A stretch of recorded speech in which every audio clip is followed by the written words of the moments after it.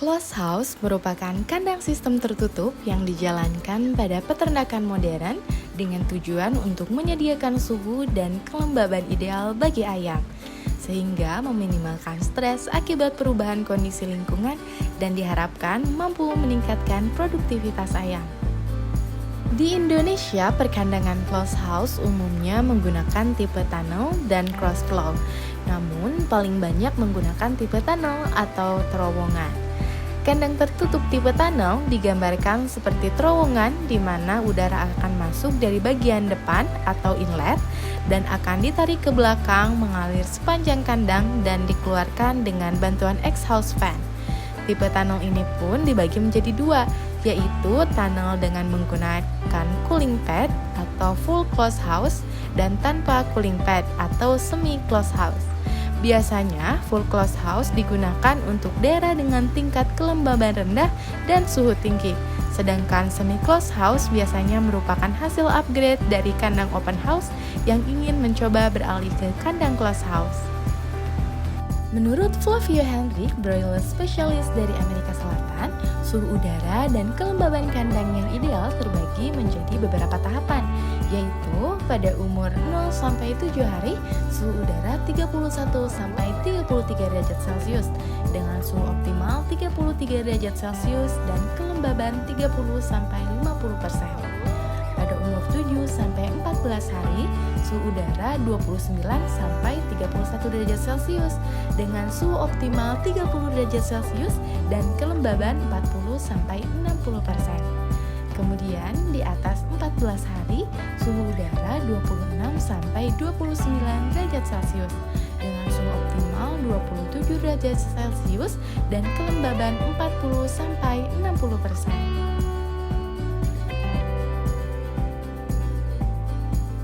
Untuk menstabilkan suhu ruangan kandang bisa dengan mengaktifkan evaporative cooling pad sebagai pendingin udara yang memanfaatkan penguapan air.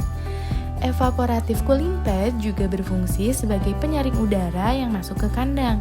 Sekat-sekat cooling pad mencegah pengotor udara masuk ke dalam kandang sehingga udara masuk bisa jauh lebih bersih.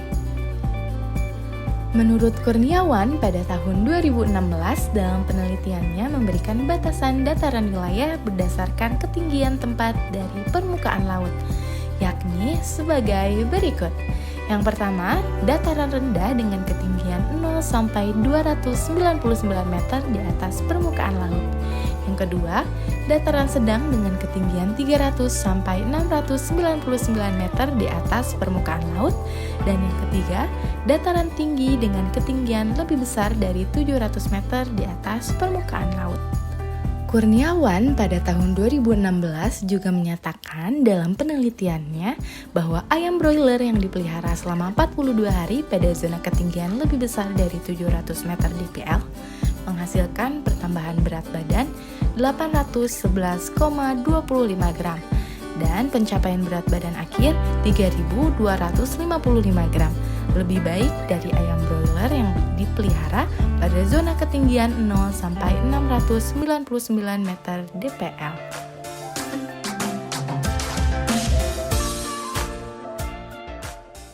Adapun ukuran standar kandang closed house memiliki lebar 12 meter dan panjang 120 meter, merupakan ukuran ideal yang dapat dijangkau oleh X-house atau blower, sehingga kecepatan angin bisa tercapai, tinggi kandang maksimal 2 meter dan minimal 1,25 meter.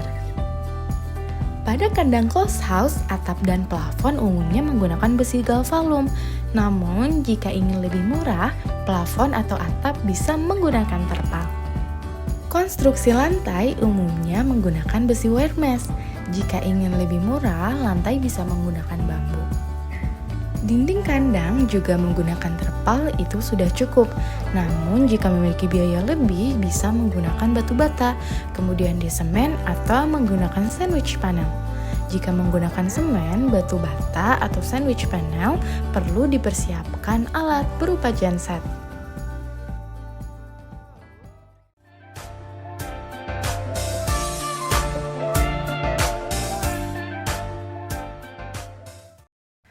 Pada kandang broiler closed house diperlukan blower. Pada kandang ini menggunakan menggunakan 4 kipas butterfly cone setiap lantainya. Kemudian terdapat dosatron yang berfungsi sebagai alat pencampur obat dan terdapat filter air. Obat akan dimasukkan ke dalam ember, kemudian akan disedot ke atas dan dimasukkan ke jalur nipple. Ini merupakan posisi ayam yang baru masuk di umur sekitar 3 hari. Ini tempat makan manual, namanya super feeder, kapasitasnya 5 kg. Jadi nanti anak kandang menuangkan pakan ke tempat makan. Nipple sistemnya menggunakan pipa bulat, dan ini besi pemberat dari besi galvanis yang digunakan untuk jalur nipple tetap lurus. Jalur nipple menggunakan nipple merek Golden, kapasitasnya 10-12 ekor ayam, dan tempat makannya kapasitas 25 ekor ayam. Kemudian terdapat control panel untuk fan 1, 2, 3, 4, dan untuk pompa cooling pad. Terdapat regulator nipple untuk mengatur tekanan air. Kemudian terdapat hand winch 1500 lbs untuk menaik turunkan jalur nipple. Ini merupakan masa brooding atau masa pemanasan ayam. Jadi, di ujung kiri dan kanan semua tertutup oleh terpal, sehingga panasnya tidak keluar. Kemudian di ujung terdapat heater untuk mengeluarkan panas. Ketika mencapai suhu yang diinginkan, heater akan mati secara otomatis. Untuk membersihkan kandang dilakukan dengan cara menyemprot bagian dalam kandang menggunakan blower ransel bertenaga tinggi. Hal ini dilakukan untuk membersihkan debu halus yang menempel baik itu di dinding kandang maupun tempat pakan. Sampah di dalam kandang dikumpulkan dan akan dikeluarkan dengan menggunakan mesin pengangkut. Untuk memastikan kandang lebih bersih, diperlukan pembersihan secara manual menggunakan skop dan sapu. Setelah kandang bersih dari sampah, selanjutnya kandang dibersihkan dengan cara dicuci menggunakan deterjen dan disemprot menggunakan pompa air bertekanan.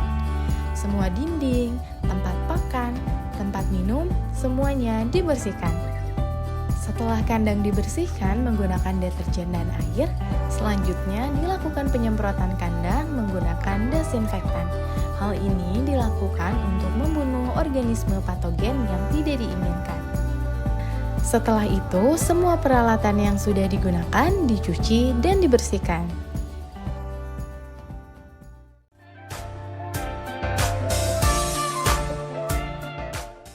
Kondisi kandang bersih dan steril akan mengurangi resiko ayam terserang penyakit ataupun virus. Bahan yang dapat digunakan untuk mensterilkan kandang adalah kapur gunung. Pengapuran bertujuan untuk mematikan atau mengurangi bakteri yang masih tersisa di lantai kandang. Cara lebih efektif untuk mensterilkan kandang dengan metode fumigasi. Fumigasi adalah metode pengendalian hama dengan menggunakan gas atau asap, yaitu dengan menggunakan asap tertentu saja jangkauannya lebih luas dan dapat masuk ke dalam celah-celah kecil yang tidak bisa dijangkau dengan penyemprotan. Bahan yang digunakan untuk fumigasi adalah formalin dan KMNO4 atau kalium permanganat. Desinfektan adalah bahan yang dapat mematikan mikroorganisme penyebab penyakit. Desinfeksi kandang bertujuan supaya ayam tidak terpapar dengan agen penyebab penyakit. Jenis bahan desinfektan yang dikenal yaitu glutaraldehid, benzaklonium klorida, dan povidone iodin. Pembersihan dan desinfeksi kandang dapat dilakukan dengan dua cara. Yang pertama ialah pembersihan dan desinfeksi secara menyeluruh, kedua pembersihan dan desinfeksi kandang secara parsial. Istirahat kandang dilakukan setelah ayam dipanen. Setelah kandang bersih dan sudah didesinfeksi, maka harus diistirahatkan selama minimal 14 hari. Kandang dibiarkan sebisa mungkin benar-benar kosong. Istirahat kandang memiliki tujuan untuk memutus siklus hidup bibit penyakit. Perlakuan untuk ayam DOC sebelum check-in ialah dengan menyalakan pemanas minimal 2 jam sebelum DOC tiba, supaya temperatur brooding sudah cukup stabil saat DOC masuk dan liter sudah menjadi hangat. Siapkan pakan dan air minum dalam brooder sebelum DOC tiba. Air minum yang disarankan adalah air gula 20-30 gram gula merah per liter per air minum.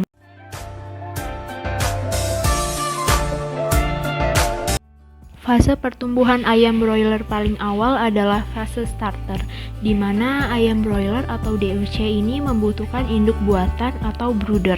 Tujuan brooding adalah menyediakan lingkungan yang sehat dan nyaman secara efisien bagi anak ayam untuk menunjang pertumbuhan secara optimal. Fase brooding sebagai fase yang paling menentukan karena akan berpengaruh terhadap pertumbuhan selanjutnya, yaitu fase finisher.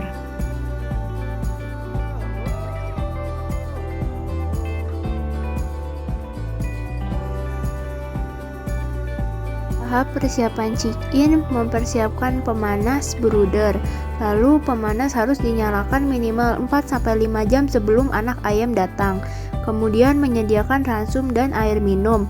Lalu total konsumsi pakan di 24 jam pertama minimal 25% dari berat rata-rata DOC saat kedatangan. Pakan fase starter mengandung protein yang tinggi. Jenis pakan untuk fase starter diformulasikan untuk menunjang pertumbuhan fisiologis agar mencapai target berat badan, menjamin kesehatan dan kesejahteraan ayam. Manajemen air minum. Yang pertama, kapasitas tempat minum 80-90 ekor. Yang kedua, pemberian laktose atau susu skim 3% selama 4-6 jam pada umur awal akan membantu proses pertumbuhan fili-fili di usus. Seleksi dilakukan dengan memperhatikan anak ayam yang mempunyai masalah seperti abnormal, pusar tertutup sebagian, jari kaki bengkok, terlalu basah, kaki bengkok, dan lain-lain. Ayam yang terseleksi kemudian akan di-cooling karena nantinya akan mempengaruhi produktivitas ayam. Ayam yang di-cooling kemudian disembelih dan dibakar.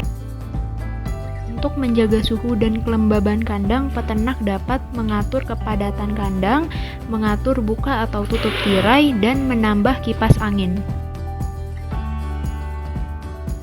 Tujuan dari penggunaan liter untuk membantu menghangatkan ayam saat DOC dan membatasi kontak langsung antara ayam dan lantai kandang. Jenis liter yang biasa digunakan yaitu jerami padi, serbuk gergaji, kulit kacang, dan sekam padi. Lalu syarat kualitas liter yang baik diantaranya dapat menyerap air, ringan, murah, aman, dan mudah didapat serta selalu tersedia.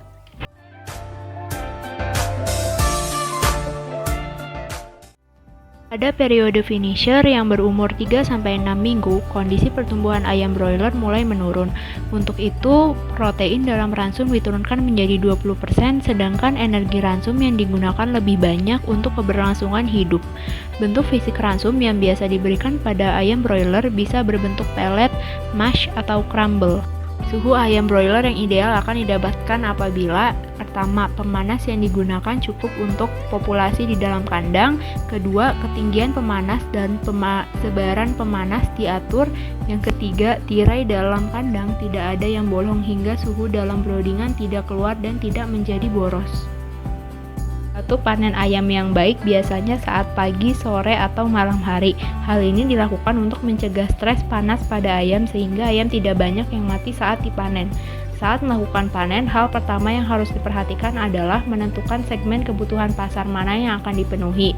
Kedua, melihat harga yang terbaik. Yang ketiga, melakukan grading. Dan yang keempat, membuat pengaturan waktu panen. Dan yang terakhir adalah melaksanakan prosedur panen.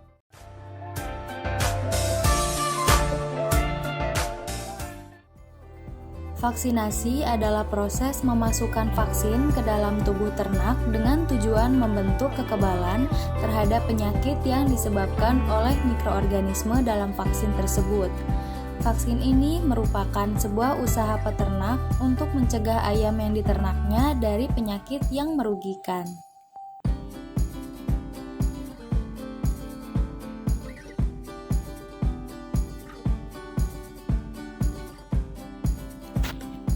Vaksin harus disimpan dalam kulkas dengan suhu 2-8 derajat Celcius, terhindar dari panas ataupun sinar matahari secara langsung.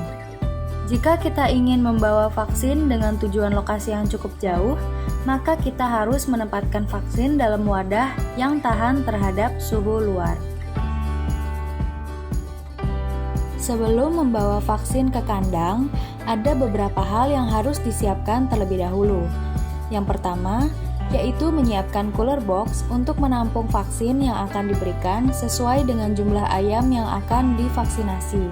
Karena vaksin tidak boleh terpapar sinar matahari secara langsung karena akan merusak kualitas vaksin. Langkah selanjutnya adalah menentukan vaksin yang akan dibawa ke kandang dan dibawa sesuai dengan jumlah ayam yang akan divaksinasi. Selain itu, siapkan pula pelarut vaksin untuk melarutkan vaksin. Kemudian, masukkan vaksin dan pelarut ke dalam kantong kresek yang sudah diisi dengan es batu untuk menjaga suhu di sekitar vaksin. Jangan lupa pula untuk membawa tutup botol, kemudian pindahkan kresek ke dalam cooler box dan ditutup dengan rapi, dan vaksin siap untuk dibawa.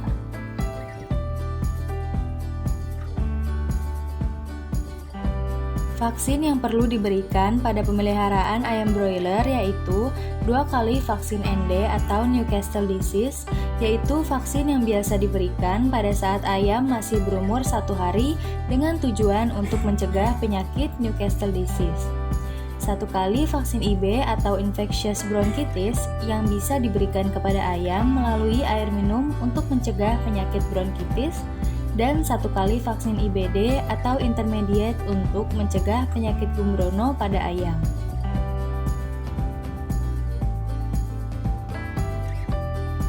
Terdapat beberapa cara dalam melakukan vaksinasi, yaitu dengan melalui pakan dengan mencampurkan vaksin ke dalam pakan ayam, melalui air minum dengan melarutkan vaksin ke dalam air minum, dan metode tetes mata dengan meneteskan vaksin ke dalam mata ayam dengan berhati-hati.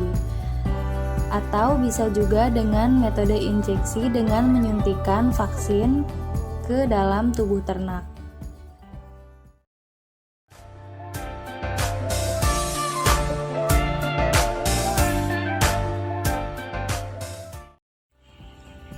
Biosecurity merupakan pertahanan atau pengendalian wabah yang dilakukan untuk mencegah penularan atau kontak dengan ternak tertular sehingga rantai penyebaran penyakit dapat diminimalkan.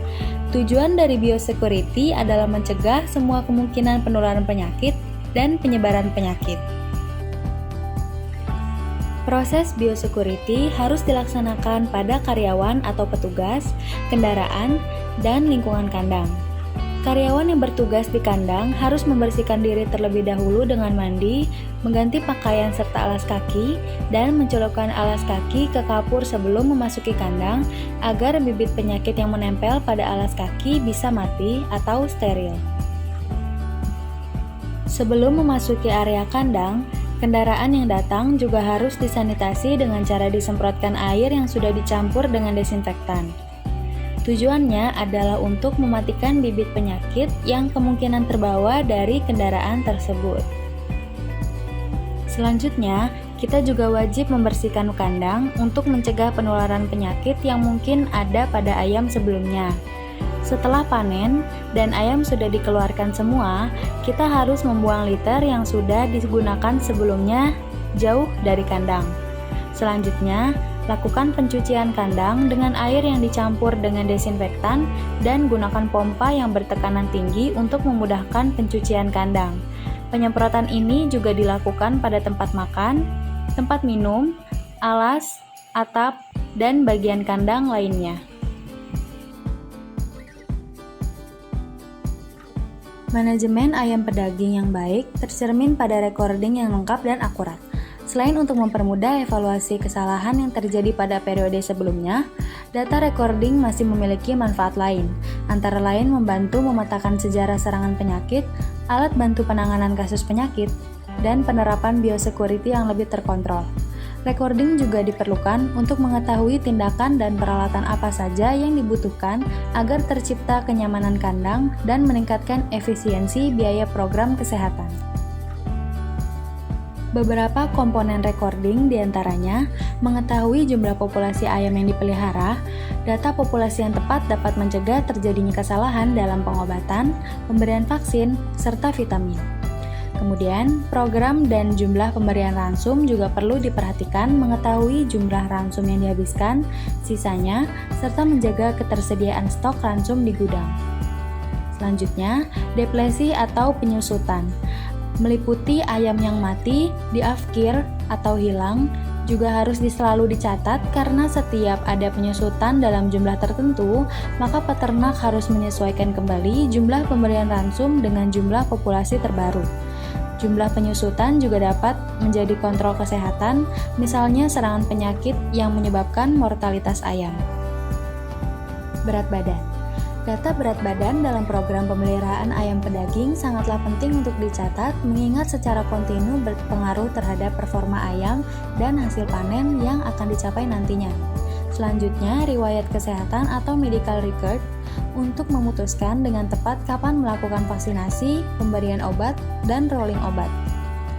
Selanjutnya, stok barang seperti stok ransum, vaksin, vitamin, obat, desinfektan, sekam, atau bahan lainnya yang akan digunakan oleh peternak untuk menunjang produksi juga perlu untuk dicatat.